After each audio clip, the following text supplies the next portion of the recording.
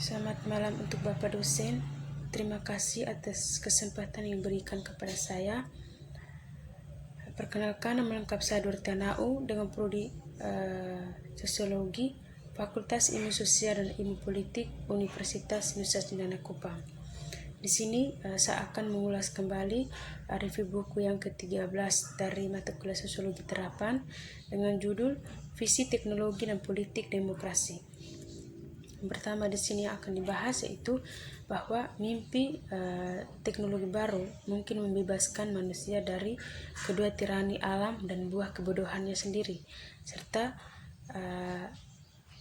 percetakan tekan serta penyebaran melek huruf akan menghilangkan ketidaktahuan, prasangka, dan teror kehidupan. Dirasakan bahwa mesin uap dan sistem pabrik akhirnya akan memberi manusia secara kapasitas untuk menghasilkan cukup sehingga populasi tidak akan lagi lapar, mungkin tidak punya berpakaian, dan saling ditempatkan. Pada yayasan ini, perang dan revolusi tidak akan lagi mengganggu umat manusia. Pada tahun 1960-an bahwa tulisan-tulisan tentang komputer mulai gemah tradisi ini. Di kalangan populer dan intelektual, alarm terdengar tentang masa depan privasi di zaman databan komputer selama dehumanisasi yang dibuat ketika transaksi komputeralisasi menggantikan hubungan tatap muka, dan tentang kemungkinan munculnya teknologi elit dengan kesetiaan yang tidak cukup untuk proses demokratis.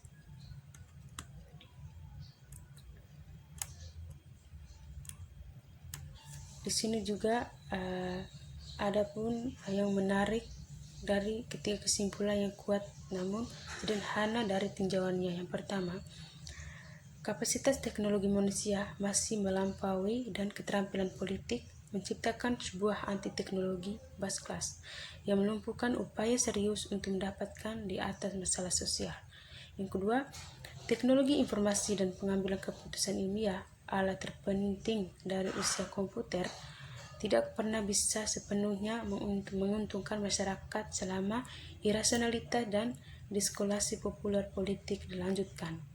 Yang ketiga, karena memperbaiki penghapusan informasi berarti mengganti semua data tentang masa lalu dari kubah gambar mikro bawah tanah di Langley. Dengan persetujuan bulat mereka menciptakan Komisi Desain Sistem Nasional yang mencakup semua kelompok-kelompok berpengaruh dalam pendirian nasional, industri militer, komunitas pengetahuan secara serikat, buruh, perencanaan, asosiasi profesional, persatuan kepentingan etnis dan minoritas, serta pemerintah dari lembaga lokal, negara bagian, dan nasional. Sebuah posting khusus sebagai sistem Opnutmas diisi oleh Ketua Amerika yang oleh Civil Liberties Union untuk masyarakat Amerika. Diarahkan informasi aktual tentang acara sosial kepada Komite Analisis Sistem yang sangat terampil dan administrator publik, serta saluran informasi lainnya yang disebut SITRAK, berisi campuran data nyata dan diproduksi dalam saluran komunikasi publik. Masalah sosial telah melampaui proses partisipatif tradisional dan sistem informasi yang paling hemat biaya memaksimalkan manfaat cara untuk menghadapi mereka. Untuk menempatkan politik populer di luar pengambilan keputusan nyata daripada menghilangkannya telah memenuhi beberapa ujian yang secara berhasil, dan beberapa kebijakan dari proyek gagasan bertahan di tempat-tempat terpencil di sekitar negara, dan ada desas-desus bahwa mereka sedang dibiayai oleh Persatuan Republik Komunis Asia.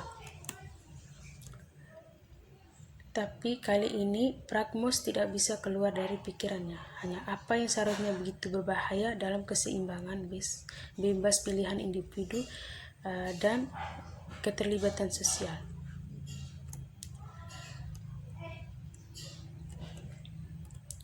Dalam kisah Jonathan, komputer mengandalkan semakin banyak untuk mencatat dan mengatur kompleksitas kehidupan ekonomi, sosial, dan politik di akhir abad ke-20. Kemudian, kekurangan daya berkembang melalui kombinasi kecerobohan manusia dan perjuangan untuk keuntungan di antara para ilmuwan komputer berhenti, dan bersama mereka semua kegiatan produktif dan menopang kehidupan. Sebuah masyarakat manusia yang telah berhenti untuk masalah itu sendiri dengan pengetahuan tentang bagaimana komputer bekerja tidak dapat memperbaiki sistem komputer. Butuh waktu yang lama untuk mengoperasikan komputer tersebut.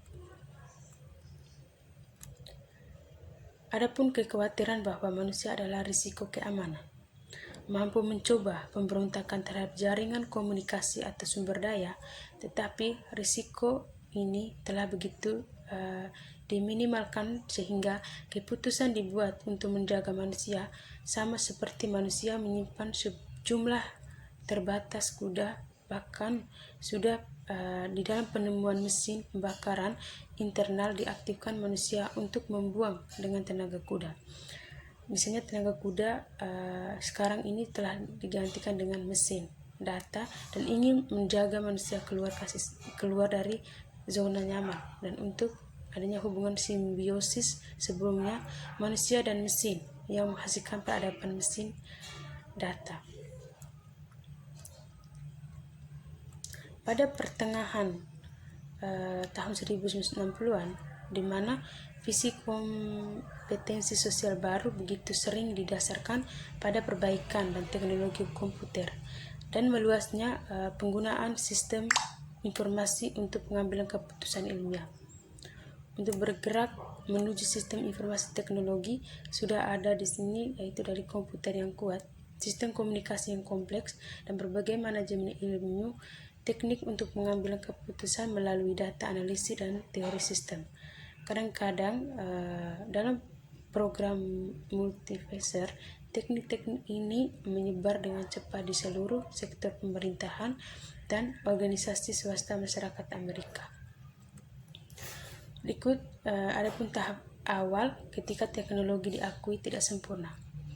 Pola organisasi ini, pendekatan semacam itu sangat eksperimental. Penggunaan komputer teknologi informasi dalam pengambilan keputusan publik telah menimbulkan perdebatan penting.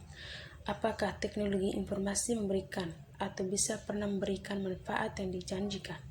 Apakah sistem tersebut mewakili sentralisasi dan pengetahuan perusahaan serta elit yang tak terelakkan di dalam kekuasaan dalam masyarakat Amerika? Dan dapatkah sistem digunakan untuk mendistribusikan kembali dan menyamakan kekuasaan jika pemilih begitu menuntut, dan apa efeknya adanya kedatangan sistem tersebut memiliki atau akan adanya aspek struktural lembaga publik serta hubungan pengambilan keputusan lembaga eksekutif kepada organ-organ kritik dan tinjauan dan pengaturan politik serta konstitusional klasik untuk melakukan pemerintahan di Amerika Serikat.